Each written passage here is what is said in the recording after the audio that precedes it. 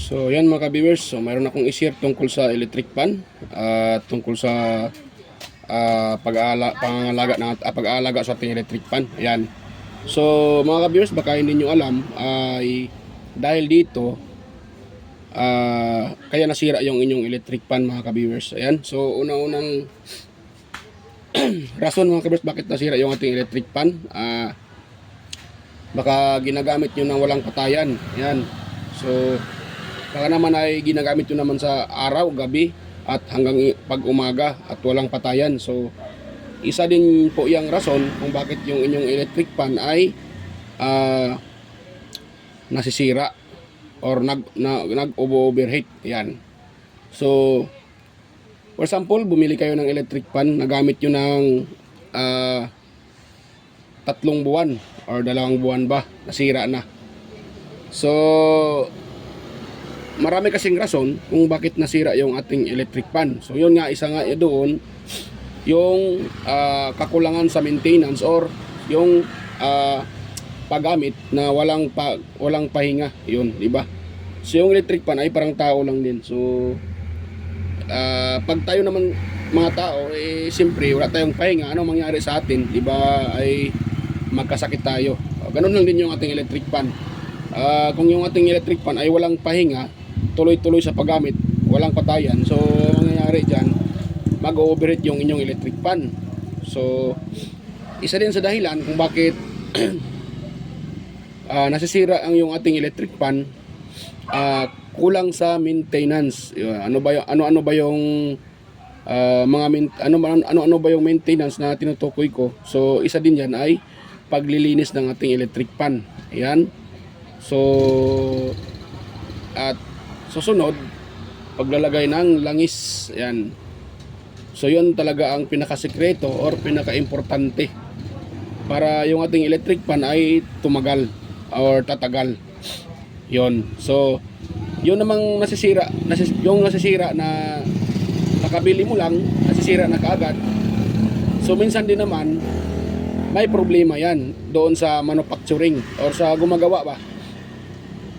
Lalo na yung bagong labas ngayon na electric fan, ako din kasi sa isang experience ko na sa experience ko rin bilang isang technician or nagre-repair, so minsan naman yung electric fan ay kulang sa kulang ba sa sa space or yung kanyang itong pinaka ehe na to or pinaka shafting na to, walang allowance tulad dito.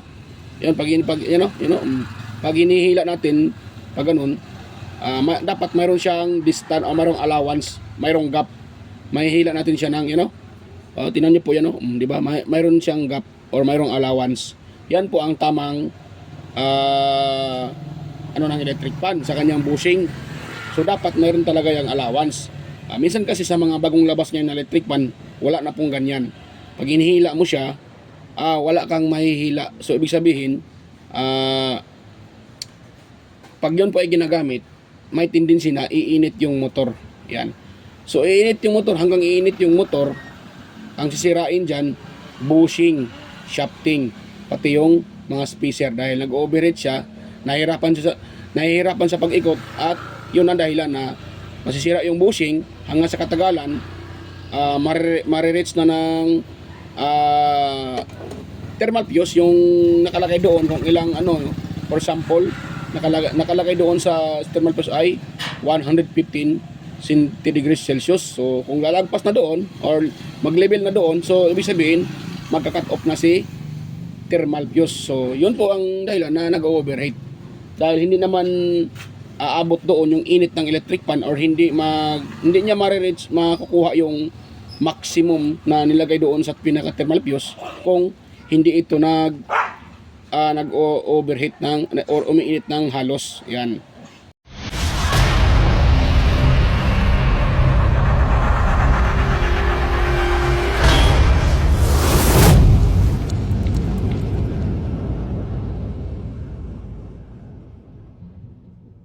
So mangyayari lang talaga yon pag iinit itong motor. So yun nga ang rason dahil nahirapang umikot si electric fan. Ayan. So yun sa mga sinasabi ko importante din talaga yung maintenance at pag-check up ng ating electric pan. Yun po ang isang mga dahilan. Minsan din naman dahil sa tayo ay gamit ng gamit. So itong pa-square na to, ito po ay tinatawag na kapasitor. Pag ito po ay bumaba, yung kanyang pinaka capacitance niya, yan yung pinaka microfarad. Pag bumaba yung nakalagay kasi dito minsan katulad nito is 1.5. Pag yan po ay bumaba at bumaba ng husto, so bumagal yung or babagal yung electric pan. So pag yan po ay babagal, hirap siyang makaikot. So ang mangyayari din diyan, iinit din yung electric pan. So pag once uminit yung electric pan, ano ba mangyayari sa next? Siyempre, mag-overheat at magka-cut off si thermal fuse. Yan, o di ba? So importante din talaga ang pagme-maintenance. Kailangan nating i-maintain na yung ating electric pan ay sakto sa langis, nililinisan at higit sa lahat, check up natin kung ano ang dahilan. So bakit siya humihina? Kung ito po ay tulad dito ay free wheel o malambot siya at wala naman siyang kalog, yan. At so tapos ginagamit niyo ay mahina na siya. So hirap nang makaikot, baka ito lang ang problema. Itong pinaka kapasitor na to. Yun. So pag ganun na, kung mahina na yung inyong electric pan mga ka-viewers, kung hindi nyo naman alam kung paano i-check up, huwag nyo nang gamitin. Yan. Diyan po ang isa po din yan na pamamaraan na maiwasan natin na masira yung ating electric pan.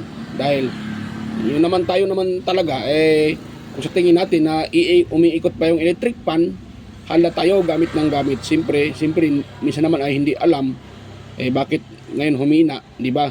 Or minsan naman busy din.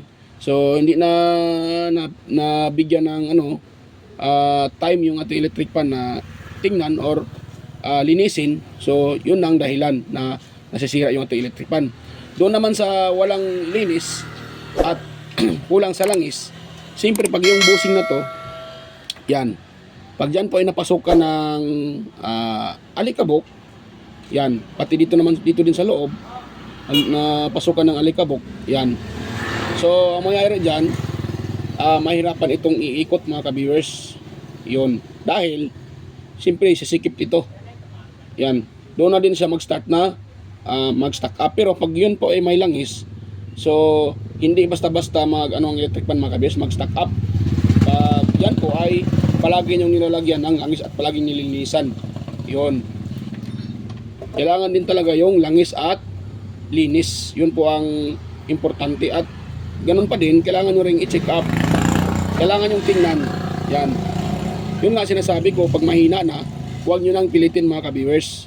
Kailangan nyo nang i-repair or kung mayroon kayong kunting alam kung paano ito i-repair, so pwede naman din kayo na lang yung mag-repair. So paano nyo ba malalaman kung sa tingin, for example, wala kayong alam sa pag troubleshoot, so kailangan nyo ding manood ng mga tutorial na tulad nito. Yan, ako din meron ako mga upload mga ka-viewers kung paano mag-repair ng electric pan, sa anong kadahilanan kung bakit humina yung ating electric pan at ano yung sanhi. Yun. So pwede nyo tingnan sa mga iba ko pang upload. So ito, tinuturo ko lang sa inyo kung ano bang dahilan kung bakit nasisira yung ating electric pan. So marami nga, yun nga sa nabanggit ko, marami. Minsan, nasisira siya, kung nasisira siya na kabago-bago lang, hindi nga umabot ng isang buwan, so maituturing natin yan na factory defect. Yan. So imposible naman yung electric pan natin, kung hindi yan factory defect mga ka-viewers, isang buwan lang nasisira na. Yon. Pero kapag yung electric pan nyo ay matagal nyo nang ginamit, umabot na ng ilang buwan, at for example, umabot siya ng 6, 4 or 5 buwan, biglang nag-overheat. So baka yun ang dahilan na kulang sa langis. Yan. Kulang sa langis, kulang sa linis. Yan. Baka yun ang dahilan mga ka-viewers. Kaya nagkaganon. So, tip ko lang sa inyo, kung kayo po ay bumibili ng electric pan o bumili ng electric pan, kailangan after 2 months, kung palagi nyo naman ginagamit yung electric fan, after 2 months or 3 months, kailangan yung maglagay ng langis at linisan din yung inyong electric fan. Ang paglinis naman mga ka-viewers, depende yan sa sitwasyon. Yan. For example, yung electric fan nyo ay ginagamit nyo naman ng halos araw-araw, ginagamit nyo siya. So, kailangan nyo talagang maglinis every week. Dahil sa experience ko, pag aabot ng isang or 1 week, yung ating electric fan ay magkakaroon na ng ano dito, ito. Magkakaroon na ng mga alikabok pati doon sa pinaka-screen. Yun, yung pinaka-screen guard, yung pinaka-screen nito. Doon yung alikabok. Yan, mamumuo yun doon hanggang dumadami. So ako naman,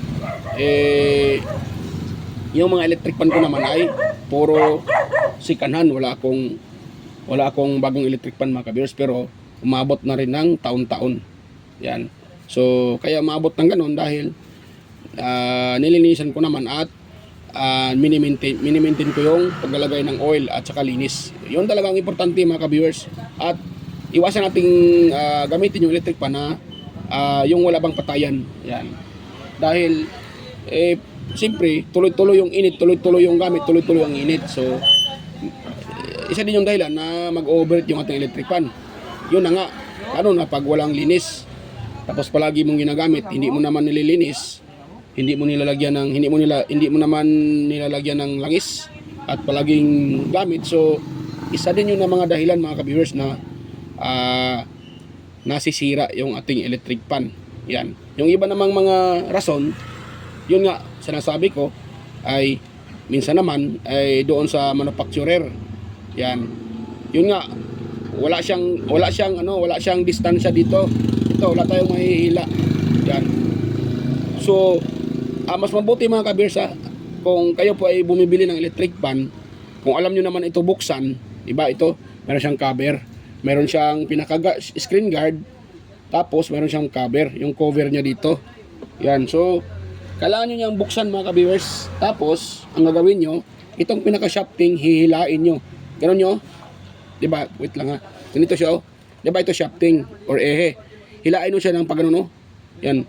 Pataas, pababa. Dapat meron kayong mahila dito. Yan. Dapat, katulad yan no. Yan no. Diba? Meron akong nahihila. Umaangat ito. Tinan nyo po yung, itong rotor na to at itong pinaka spacer niya. Pag inihila ko, diba? Umaangat siya ng pakunti. So, dapat ganyan yung inyong electric fan. Dahil pag hinihila nyo, wala kayong mahihila dito, yan, ibig sabihin, pag ganon, iinit yung inyong electric fan yan at mag-overheat. So, kailangan yung, kung alam nyo naman paano ito i-open, or mayroon kayong makilala, o dalhin nyo mismo sa technician sa gumagawa ng electric fan, at sabihin nyo na kung pwede, bawasan dito or dito, magbawas ng pabawasan nyo ng spacer para mayroon kayong mahihila dito. Dahil pag hindi nyo yung ginagawa mga ka-viewers, automatic yung electric fan nyo ay hindi tatagal yan. Dahil ako naman dito sa pagre-repair, marami na akong na-repair na tawag dyan, nasisira lang, hindi umabot ng 1 buwan. O yung iba 1 buwan lang, nasisira na kaagad. Dahil yung dito, sa yung kanilang pinaparepair nung chine-check up ko, walang mahihila. Yan, wala siyang distansya or walang gap. Yan. So sakal yung motor or parang sakal ba siya ba? Wala siyang walang gap or walang distansya. So kaya iinit ng yung motor. Dahil 'yon po ay wala siyang distansya or walang gap. So 'yon, kaya nasisira kaagad. Pangalawa naman, yung manufacturer din sa nakikita ko, hindi naman ibig sabihin na sinisisi ko yung manufacturer. Ayan. So ito lang po ay isa lang pong reaction ko lang po mga ka-viewers doon sa aking nalalaman o sa aking nakikita. So minsan naman yung manufacturer, maglalagay sila ng langis, napakakunti lang, parang pinapahid lang ng ganun, di ba? Pinapahid lang ng ganun. Hindi man lang binasa yung, minsan nga hindi binasa yung yung pinaka-foam. Ito dito sa lalim. Meron niyang foam diyan eh. Meron akong na-repair dito na electric fan yung nakarang araw. So hindi nga nabasa yung pinaka-foam eh. Ni-open ko. Yan. So mahigit lang 1 buwan sira na. Ayan, dahil doon wala nga nahihila, wala akong nahihila dito, walang gap. Tapos yung pinaka-foam ay tuyong-tuyo. Yan. tuyong-tuyo siya mga ka-viewers, at doon lang sa bushing banda yung may konting basa. Yan. So ibig sabihin hindi nila binabasa ng oil yung pinaka-foam. Ewan ko lang sa gumagawa or sa manufacturer. So hindi naman tayo naninisi. Yung sa akin ay sinasabi ko lang naman yung aking nakikita o yung aking naobserbahan. So pag ganon, kailangan yung maglagay ng oil mga ka-viewers. Yung nga sinasabi ko kanina, pag kayo ay nakabili ng electric pan, mas maganda i-check up nyo mga ka-viewers, or ipa-check up nyo sa kakilala nyo. Dapat ito, una-una, dapat ito may gap. Pangalawa, dapat ay may, kung pwede, kayo na mismo maglagay ng langis dito. Dito, yan. Yan, dyan, sa busing na yan. Patakan nyo lang ng langis. Ito mga ka-viewers, dapat mayroon kayong ganito. Yan. Dapat mayroon kayong ganito na bottle na plastic. Ito kasi ay, 4-in-1 na Singer oil. Kapareho ng Singer oil ba? 4-in-1. Ito 4-in-1 yun. 4-in-1 yung kanyang pangalan. So kahit anong klaseng brand ng ganito, dapat bibili kayo ng ganito para magagamit nyo dito. Yan. So ako naman ang ginagamit kong oil ay galing sa motor. Yung pag-change oil ng motor. Pero ito, binili ko ito nung una. Matagal na ito mga kapis. Ilang years to sa akin itong itong bottle na to. So binili ko ito para ang purpose ko para ito kung dito sa lalim, di ba? Dito, pwede mo siyang ipasok diyan at pasilitan ng oil dito, tawag diyan papatakan ng oil diyan. Dahil pag walang ganito, mahirapan kang patakan ng oil dito. So baka mangyayari diyan, baka pati yung motor mapatakan mo ng oil. So dapat lang kasi wala sa motor mga ka-viewers. Dapat yung oil ay dito lang. Yan, diyan lang sa busing niyo, no? Yan sa busing na yan, diyan lang yung oil niyo. Diyan lang kayo magpatak ng oil. Yan, huwag nyo namang konti lang ilagay. Dapat sakto-sakto para yung foam ay mababasa ng oil. Dahil pag isang patak lang ilagay nyo, apat pa konti lang, so hindi mababasa yung foam hanggang doon lang sa busing yung oil. Kailangan kasi yung foam ay mababasa. Purpose naman doon, para yung oil ay hindi basta-basta mauubos kaagad. Yun. Yan, ganun lang din yun mga ka-viewers. So huwag nyong hayaan na yung inyong electric pan ay kulang sa linis, kulang sa oil, or kulang sa maintenance. Dahil yan po ang dahilan kung bakit yung ating electric pan ay nasisira. Ayan. Yung yung tungkol naman doon sa factory defect, so hindi talaga maiwasan yan mga ka-viewers. Kung kayo po ay nakabili ng electric pan na may factory defect, so tulad nung sinasabi ko na walang distansya. Walang mahihila dito. So masasabi po yan, pwede nating masasabi na yun po ay factory defect. Yan. Dahil pag gano'n naman talaga, masisira talaga yung electric pan dahil yun nga iinit itong motor. Yan. Parang sakal yung motor ba? Hindi siya makabulyo dahil wala siyang distansya. Yan, di ba? So pag gano'n, ang ano naman doon, ang tawag diyan, ang technique lang naman, bawasan niyo lang ng spacer. Ano ba yung spacer? Ito tulad dito. Ito pa isang spacer. O, yan po yan nakalagay. Nakita niyo po yan mga kaberso, yung itim na yan, no? Ayan, o, yung kulay itim na yan. Ito po siya. So marami yan nakalagay, minsan nakalagay diyan 3 or 4 pa nga eh. May isang ganito, may medyo manipis-nipis. So kayo nang bahala kung isa ba yung mabawasan niyo, basta kailangan yung bawasan ito. Yan. So kung gusto niyo malaman kung paano magbawas diyan, paano bawasan, meron naman ako mga video diyan mga ka-viewers. Meron ako mga video diyan kung paano magbawas ng spacer or kung paano ito bawasan or kung paano dagdagan. So marami akong video diyan mga ka-viewers para makatulong sa inyo kung paano tayo magbawas ng spacer. So yun naman talaga, gagawin lang yun pag yung electric pan nyo ay sakal, or kung minsan kung sa mga nagre-repair ng electric pan na hindi pa masyadong alam, so pag kayo po ay minsan naman nagtawag dyan, magpalit tayo ng bushing o nagpalit kayo ng bushing, so minsan ay sisikip yung inyong electric pan dahil yung bushing na ganito ay hindi magkapareho yung kanyang kapal, yung haba, yung pagano yung haba, ayan, hindi magkapareho. Minsan yung mabibili natin ay medyo mahaba-haba konti, kaya sisikip talaga dito. Yan, kadalasan talaga mangyayari dyan pag tayo ay magpalit ng bushing. So ako naman, naranasan, ilang beses ko na naranasan yan. pag ako ay nagre-repair, minsan ay sumikip yung ito, hindi na ito maiikot dahil medyo mahaba yung bushing. Kasi alam na natin pag bushing na mabibili natin sa sa market ay hindi kapareho sa original. So yun lang mga ka-viewers ha.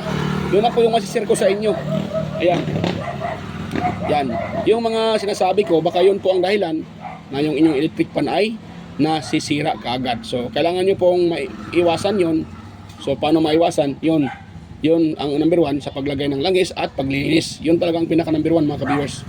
Ang paglilinis at paglagay ng langis. Yan, or maintenance, kumbaga. So yan, mga ka-viewers, kung itong video ay nakakatulong sa inyo, kung sa tingin nyo, kung ito ay nakakatulong sa inyo, yan, so sana huwag nyo kalimutang mag-subscribe sa aking channel at huwag nyo rin kalimutang i-share sa iba at huwag rin kalimutang ipindutin nyo ang notification bell at ilagay nyo sa all para kayo ay notified kaagad or ma-notify kayo sa aking mga bagong upload on yun mga ka-viewers. Yan. So hanggang dito lang po yung aking video at mega love shout out sa inyong lahat at bye-bye po mga ka-viewers at tayo po ay magkikita-kita muli sa aking susunod na mga upload. So yan, bye-bye mga ka-viewers.